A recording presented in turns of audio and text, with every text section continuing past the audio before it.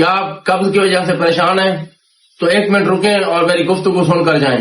قبض 2 قسم کی ہوتی ہے، ایک ہوتی ہے عارضی اور ایک ہوتی ہے دائمی قبض، اور کچھ لوگ جو ہے وہ کافی جو ہے عرصے سے جو ہے نا اس قبض میں مبتلا ہوتے ہیں، اور قبض جو ہے کئی امراض کا موجب بنتی ہے۔ تو میں آپ کو جو ہے ایک زبردست جو ہے وہ ٹوٹکا دینے لگا ہوں، آپ اس کو استعمال کریں اور لگاتار استعمال کریں، آپ کو انشاءاللہ اس سے فائدہ ہوگا۔ گلقند لے لیں، آفتابی گلقند، اس کو آپ جو ہے اس کے اندر سکمونیا عمدہ لے لیں، اس کو اچھی طرح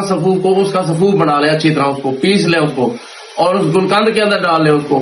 1 تولہ اگر آپ سکمونیا کا لیتے ہیں، اس کے اندر کم از کم آپ کا 1 پاؤ گلقند ہونا چاہیے۔ اس کے اندر آپ اچھی طرح اس کو پیس کے اس کو مکس کر لیں اور اس کو ایک ڈبے میں بند کر کے رکھ دیں،